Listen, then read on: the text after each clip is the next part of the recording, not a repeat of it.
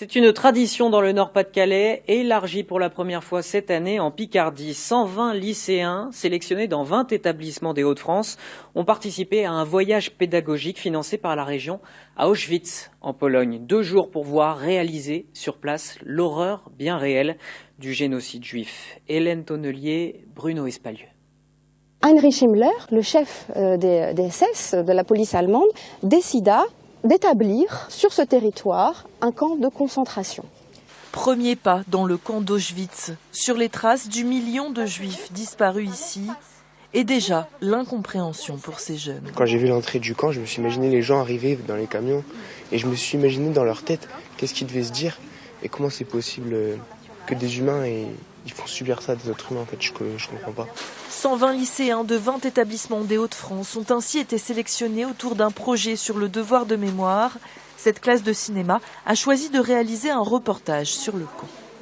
On cherche à montrer tout le drame qui s'y est déroulé, parce que face aux thèses négationnistes qu'on rencontre maintenant dans les débats un peu, où on cherche à montrer qu'il s'est réellement passé quelque chose ici. Temps fort de la visite, les affaires des déportés qui n'ont pas pu être envoyés en Allemagne, des milliers de chaussures, de valises et des cheveux. Les cheveux avaient une valeur marchande pour eux et donc étaient bien sûr conservés et envoyés en Allemagne.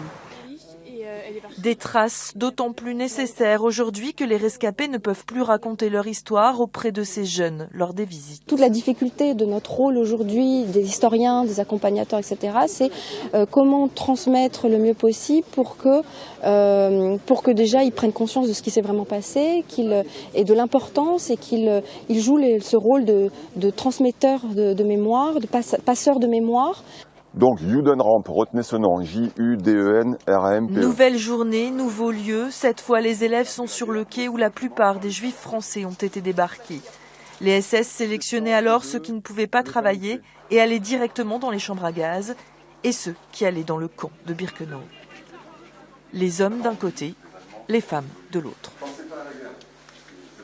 Et toutes racontent qu'elles sont 5, 6, 7 et qu'elles dorment tête bêche, avec la tête ou les pieds à l'extérieur. Et le matin, quand la chef de bloc sonne le réveil à 3h ou à 4h, elle passe avec son bâton et elle arrose tout le monde pour que tout le monde se réveille.